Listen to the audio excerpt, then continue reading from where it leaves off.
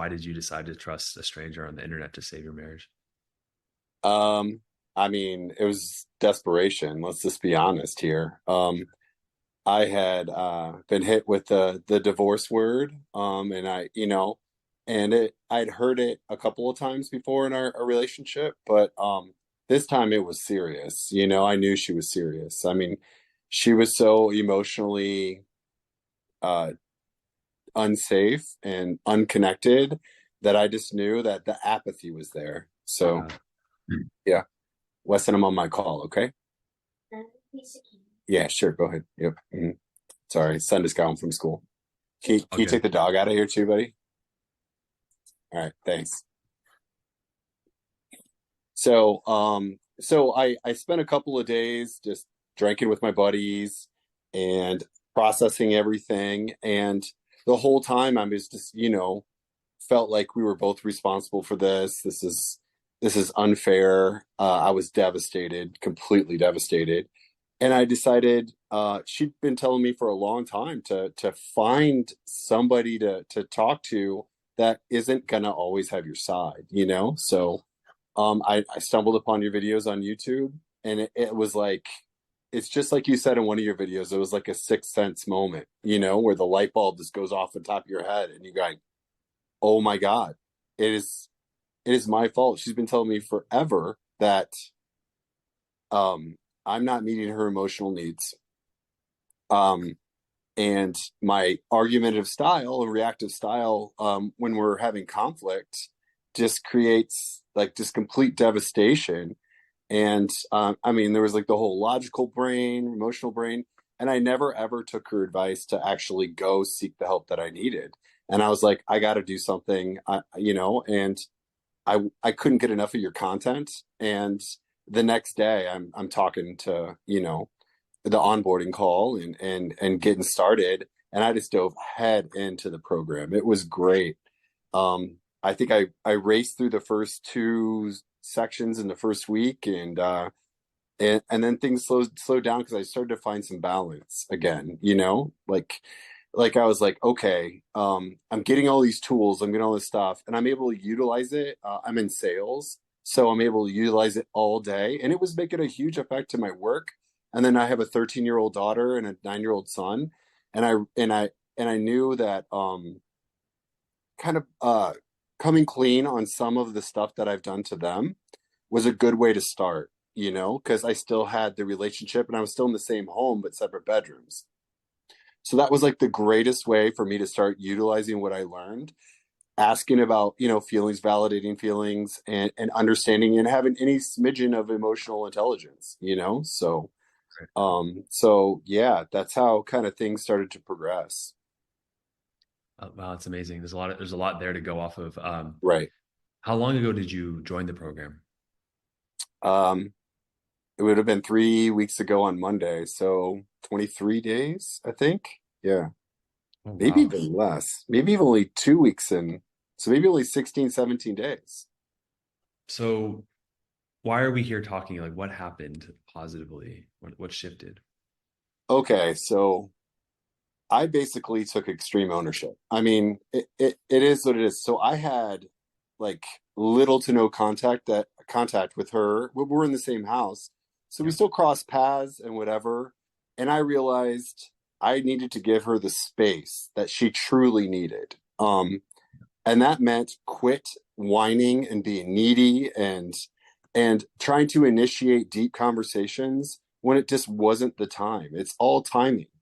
So I just started being the best version of myself, and that's all I could. That's all I can control, and that's like a lot of what you guys were saying. It's just like you need to start to um, develop yourself and develop some of these skills and understanding in order to be ready for these moments that you're going to have, these tests that you're going to have down the road. And she started to kind of de-thaw, or I guess started to approach the neutral phase kind of slowly but surely as I started making her coffee again. The little things that I was doing for her every day that we've ever been together. Not bringing it to her, but just making sure it was ready. Taking a huge interest more into my kids.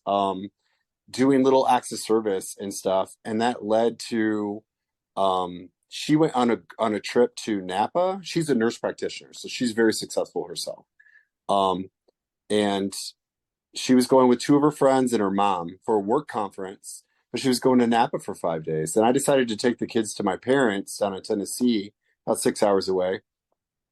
And that space I think was really good. Um, and when she got back, she wanted to show me all her pictures. So I actually was able to sit next to her and just, just be in the moment and be present and not rush anything and not be thinking of anything else. And the very next day, I had my first CLC ready to go. Nice. And so we were talking in the kitchen, and she was just like talking about the kids, talking about whatever. And she was kind of curious about, like, what have you been doing? Like, seriously. Yeah. She was like, what have you Yeah. been doing? I know you're up to something, like, Up to no and good. so I was like, hey, I'm gonna hand you this. I don't expect a response. And whatever, she went to work that day, and she works 3 12-hour shifts a week as a nurse practitioner. And she got home that day, and she's like, that made me cry, Josh. You nailed it. I feel like there's actually a real understanding. And we only had about 15 minutes to talk while my son was in the shower, because we both made it a real commitment not to talk in front of the kids, not anywhere where they can hear it, because they all know mom and dad have been sleeping in separate bedrooms for 6 or 7 weeks. As they should. And we had both, in the first few weeks, we were both so angry at each other that the kids just got involved, and they knew too much, and it was just getting dirty, So, Yeah. um, so yeah, and that was great. It was the first Chicago Bulls game of the year too, and I'm a big Bulls fan. I literally turned the TV off, turned and squared up to her, and she was like, "What?" Like, who is this guy? And then I just proceeded to take extreme ownership and just be like, "Hey, all of these arguments that we've had, I didn't validate your feelings. I dismissed your feelings. I spent nothing but trying to win every argument instead of actually truly trying to understand you, listen with kindness, caring, empathy, things that I just didn't have a developed background of, at least with her. And so all of this is on me. And I said, it all starts with me and it all ends with me. And So so that's there's how, two, yeah, so there's two things that I really want to unpack here because a, as you may know or not, like a lot of men, they really like those two things that you've dealt with is like the Pareto's principle, the 80-20 rule. If a guy can handle taking full ownership for everything, genuinely, not just saying it, and if yeah. he can overcome the neediness, he's gone 80% of the way. I truly believe that. So how is it that you just were like, you gave it to God, so to speak, whether you're religious or not, like, yep, this is like, it's all on me. It's like I create my own life. How are you able to lean into that paradigm and simultaneously recognize the needy things you were doing and stopping them? Well, it was like that sixth sense moment that we were talking about, when I just realized this whole negative mindset and resentment that I've had for her, it's all BS, man. It's all created in my own mind, that, she's not doing enough for me. She criticizes me, all this stuff. And it's just her being in her emotions sometimes and speaking out loud. She is just in her storm, and I got to stop trying to press the button, as you say, and just sit in the storm and be like, man, you're feeling overwhelmed, you're feeling frustrated. Not try to solve it for her, just try to understand her for a second. These are just the littlest things that I wasn't doing. And the best part is, I mean, she always said that she still loved me through this whole thing. And there's no infidelity in our relationship. There's no physical abuse in our relationship. We're both very successful people. We have a great family. We made it. We have everything that we want. And Yeah. granted, there's the complacency factor with me as well. There is, cool, I made it. I don't have to have purpose like Yeah. I should. And the best part is this created purpose back in my life, to refocus myself into not just saving my marriage, but making myself a better, more interesting, driven, ambitious person that I Yeah. needed to be. because Yeah. that's what she said attracted her to me, you Yeah. know? It's Yeah. like you said, like it's all about the climb. It's not about reaching the summit, you know? So, yeah. Can you connect that and 100% on that, like double down? Yeah. Mhm. But can you connect, or not connect, but can you elaborate a little bit if you're willing to share some of those things where you retroactively went back to these times where she felt emotionally unsafe because of what you did? And what were those things? And then how did you own them? So we replayed a lot of different scenarios. So I have made some pretty big mistakes on her birthday a couple of times. And so recently, I mean, this was not too long before our big blow up fight. Um, she said, I had a nightmare last night about, you being mean to me on my birthday. And I legitimately said, oh my God, I've apologized for that a million times. Are we really going to go over this again? And I storm off. Like, holy shit. And I was like, I just needed to sit there and say, hey, man, I know there's been some traumatizing, events in your past. I don't need to apologize for that again necessarily. I just need to sit and say, I'm sure you're worried about your upcoming birthday. She turns 40 next month. And so I'm sure there's lots of reasons why you're feeling this way, and just sit in it and just let her go, Yeah. so and just be there squared up to her in my masculine frame, ready to go, ready to just handle it and be her Mhm. rock. She always said, I need you to be my rock. I never knew what Yeah. that meant, Josh. I didn't. I Yeah. didn't. We use the shore, but yeah, the rock is another example of that Hmm. 100%. That stability, right? Yes, The hurtful, the damaging thing is that masculinity is kind of distorted in our society a little bit. There's so many different paradigms of masculinity. One of them being like, loud and like overly dominant, and the other one being almost like, just like cater to what she says, happy wife, happy life. And both of those are faulty, right? The I center, agree. the aligned self, apex aligned self is having that stability where you're not overly aggressive, trying to control, but you're not being, weak little, biatch, Yeah, right? yeah, no, it's fine. Speak freely. Yeah, yeah. It's I like, like to say way more happy spouse, happy house, because like to me that seems a lot more realistic, because if you're putting your wife on a pedestal, happy wife, happy life, then you're missing the point here, So, when you have a happy life, then she's happy. That's more like it's the reverse, right? And that's yeah. so. Where are things at now? Like, what are some of the wins you've experienced with her? So the very next night, Yeah. it was her best friend's birthday. She went out all day. She was drinking, but not too bad. She gets home and boom, here comes the main event.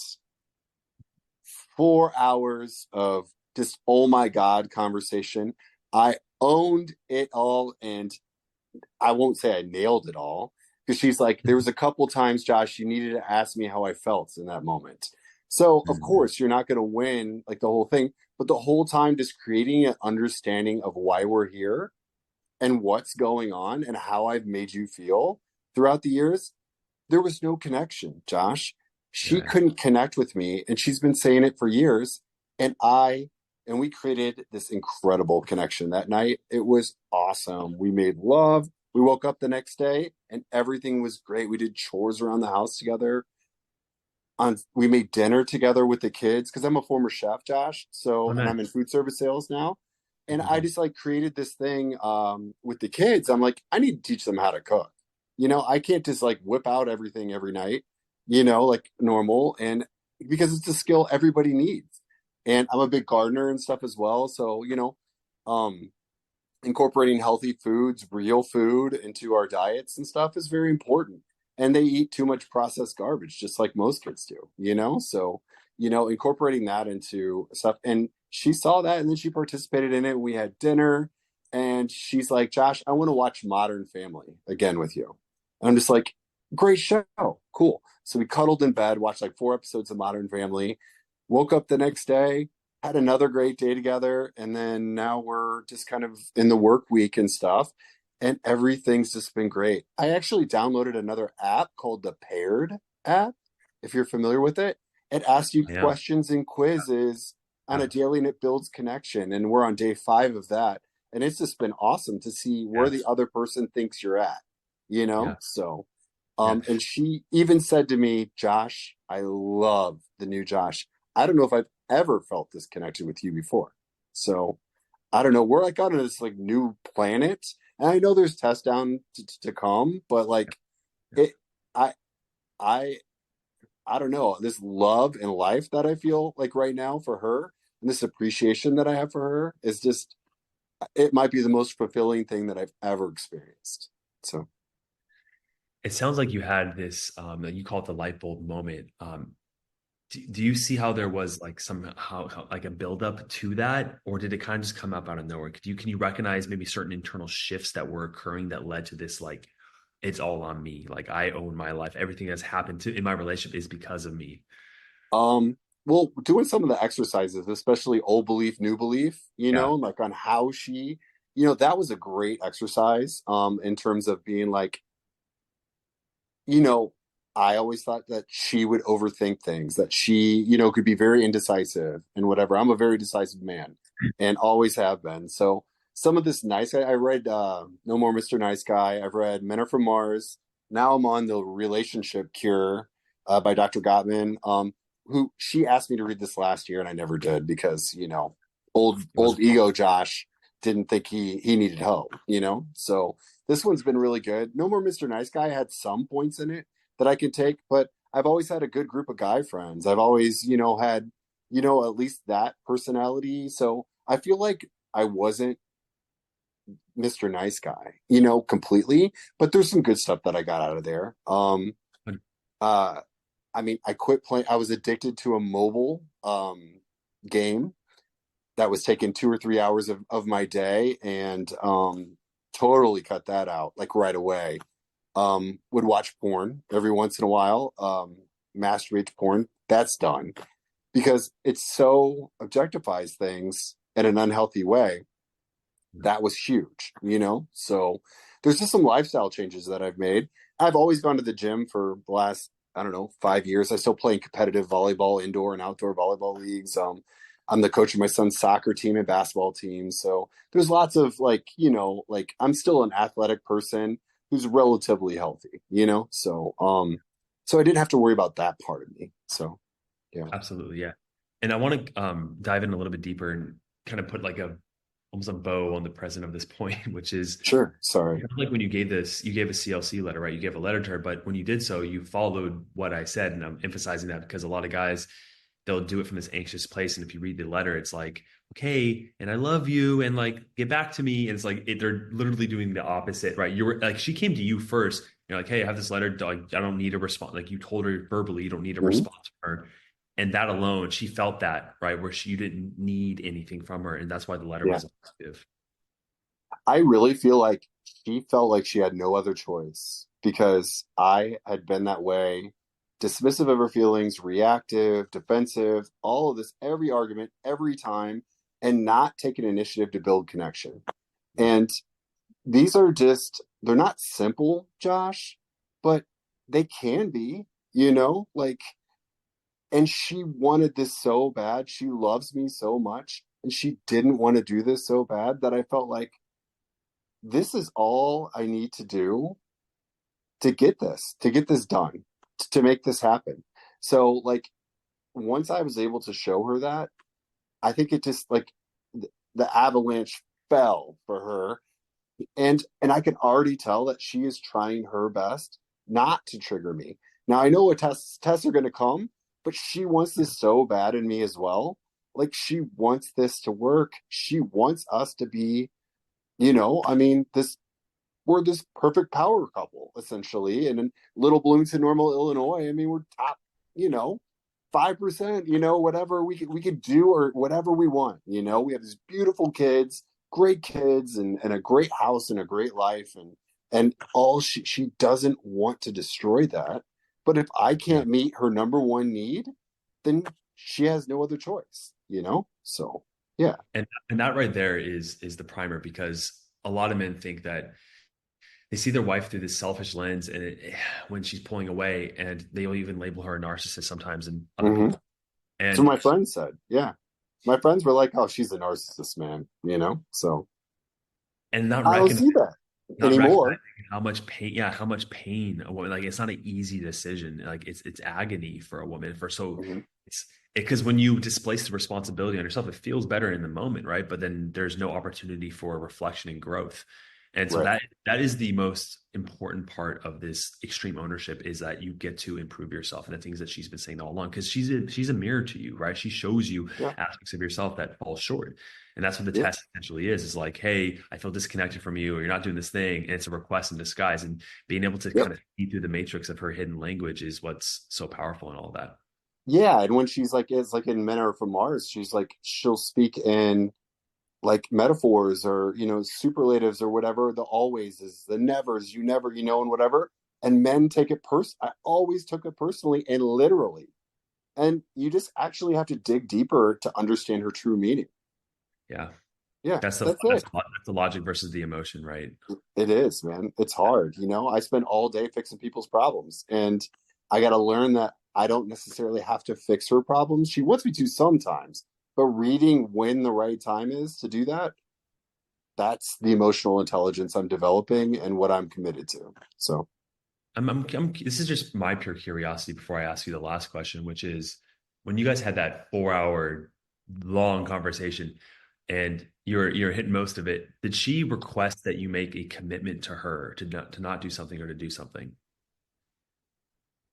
not that I can recall. Okay, so At she least, just wants you to connect with her and listen and validate. yes. Okay, Yep. cool, And cool. and when I said you like to experience a whole range of emotions, I need to sit in there with you. Yeah. I don't need to get out an umbrella, try to hand you a raincoat, whatever. I just need to sit in there and, take some hail to the face every once in a while and not move. So, Yeah. Yeah. yeah, Awesome. yeah. So, I mean, she's just been wonderful through all this. Once I really like the light bulb moment and recognized and was able to communicate with her exactly how she's felt for so long, she's done nothing but want to be as supportive as possible. And it's just like so wonderful just to have this back better than ever. House got burnt to the ground, foundation gone, we're building a new one. So, yeah. Mhm. Beautiful. The last question, Josh, I love to ask guys. It's kind of a different question, but if you can go back like a year and somehow in a time machine and talk to your younger self, a year ago and tell him something that he needed to hear to get to where you are now, what would you say to him? I mean, other than the marriage reset program, that would have been a good start. Oh, man, just one thing is Yeah. listen and understand her feelings with kindness, caring, empathy, and understanding. You just have to, that's the key. So, um, God, all the fights escalated just because I, you know, didn't do that. And then everything that she said or did or whatever after that point is on me, man. It's on me, Josh. Like I took it to there, because that's so important to her.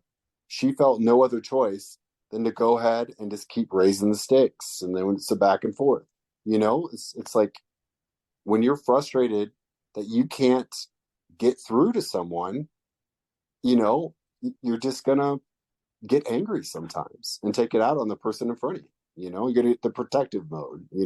So yeah, so that's what I would like to say. I think in pictures a lot, and it's almost like I think the now I would give a lot of analogies, as you know. I'm sure you heard me say a million analogies, but if we're to like visualize this for the visual kind of people, it's a lot of guys they could tell immediately they're very sensitive to what their wife is feeling, whether they're conscious of it or not. But when she's upset, they kind of immediately kind of go like this, right? And they tighten up, Yeah, and it's just about like okay, like leaning in, right? yeah. And then actually, even physically opening your body up Mhm. kind of connects your emotions. And you're like, okay, like, as long as you know what your boundaries of respect and around that Yeah, is, you listen and you fully just hear the emotion and the pain under, and that alone, you can say the wrong words. But if you're getting that right, she feels like, oh, he really cares. And that's what's most important. yeah. When we were at that long conversation, she was like, I literally felt like I was with someone who hated me, like. And Mm-hmm. I literally was opening up to her and I said it several times. Go ahead. I can take it. Say it. It's okay. I can take this. And she was like, wow, you know, and I mean, sometimes there was a push pull and sometimes there was, you know, some dual mindsets going on. But at the same time, I recognized it, Josh, and I took it and I validated her in that moment. I didn't make excuses for things. I did not react, you know, so that's key. So, Because that was her perception of the situation, right? It's her perception of it. And that's where guys they get hung up on the most when she says always. mhm. Well, that one time I didn't do it. It's like, Don't say that. no, it's like for her, that's how she feels because she's remembering all the times. So that's how she feels, right? She's connecting that, Yep. emotionally. So, anyways, Josh, I really appreciate you getting on the call with me, man, sharing your Hey, journey. man, nice talking to you, man. I mean, I've seen hours and hours of your content now, and it's nice to just, yeah, have Like, a one-on-one. So, yeah, thank you so yep. much. All right. Thanks, man. We'll have a great rest of your day. Keep fighting the good fight. And thanks for calling. Appreciate it. You have a great day. All right. See you, buddy. Bye.